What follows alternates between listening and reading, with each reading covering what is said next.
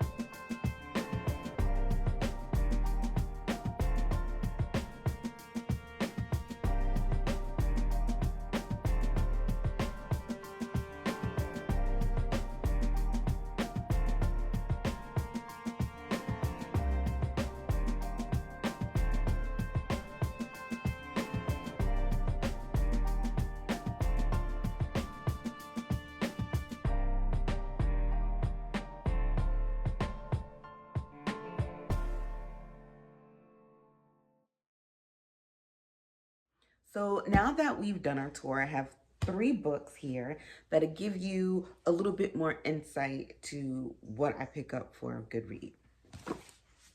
Okay, book one, Parable of the Talents by Octavia Butler. This is the first book that I ever read by Octavia Butler. And I'm really glad that it did because it is a survival story that takes place in 2036, I believe, or 2032 is when it picks up. And the main character in here, her name is Lauren. And her father is like the neighborhood preacher. He's kind of like the neighborhood leader. And if you've ever seen the movie Limitless, there's this pill that's out there that gives people, like, I wouldn't say special abilities, but it allows them to think clearly so that they can meet their goals, whatever those goals are. Like if you're a writer, you take this drug, you're now a super writer. If you're a professor, you take this drug, you're now a rock star professor. And the drug is super highly addictive and it causes these side effects and births. And Lauren is a product of that. Her mother passed away. She became addicted to this drug, as so many people in this book become. But one of the side effects is that children are born very highly empathetic. So if you're feeling pain and she happens to look at you, she's now feeling the pain that you're feeling. But also if you're feeling like immense joy and happiness, she has that experience as well.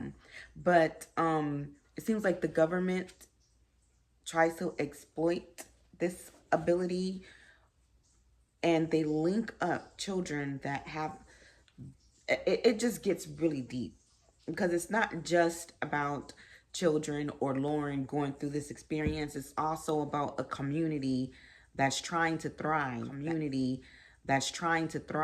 that gets overtaken. And when this happens, it causes Lauren to have to branch out on her own and essentially form a new community. And within that community, she also forms a new belief that she calls Earth Seed. Now, she was a follower in her father's church, but there's things about the faith that she doesn't necessarily agree with because it doesn't play out in her everyday life.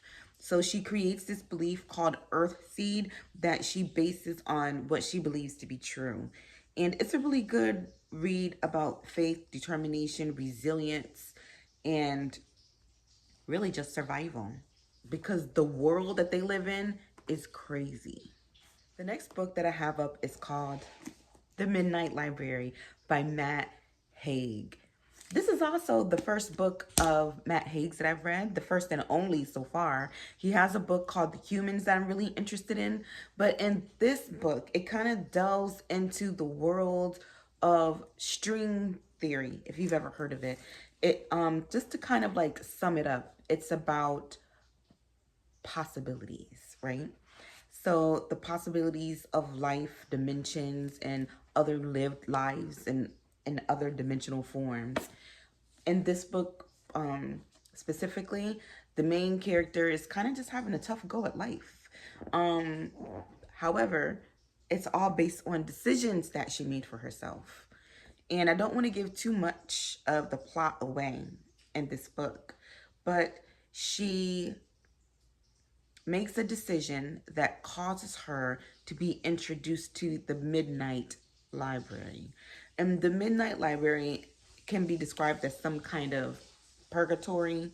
That's the best way that I can describe it right now, where every book in the library is a story of her life, but not just any story. They're the possibilities of stories. They're also the regrets and bad decisions that you made. And every book that she chooses, she gets to kind of relive her life in a way that maybe she would have lived it if she had just made a different choice for herself. So this book is about choices and about how the choices affect not only you, but also the people around you.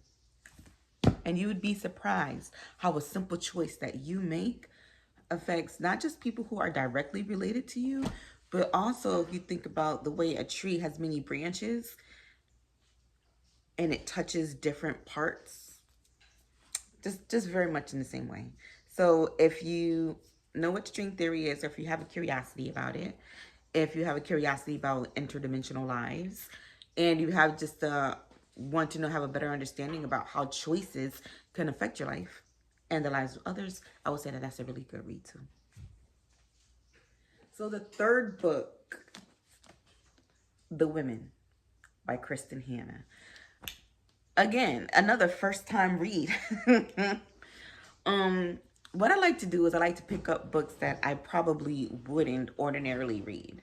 I don't necessarily have a genre that sticks out to me, one that I really, really say, hey, yeah, I'm a fantasy book reader. No, I I like fantasy, so I might pick up a book and read it. I like mystery, so I might pick it up. I'm just a very curious reader. I think that's the best way to describe me.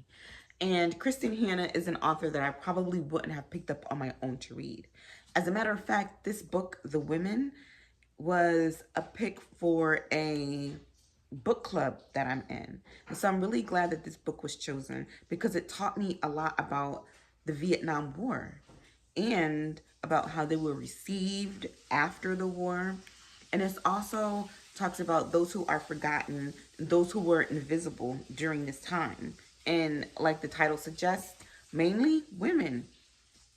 So the main character in this book is a nurse, and she joins the army to become part of relief for wounded soldiers, airmen, for people who are suffering in the Vietnam War.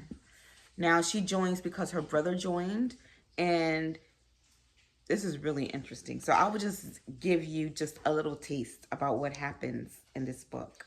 So she comes from a family who celebrates service members all around. And there's this wall that they have in their house. It's called the Heroes Wall.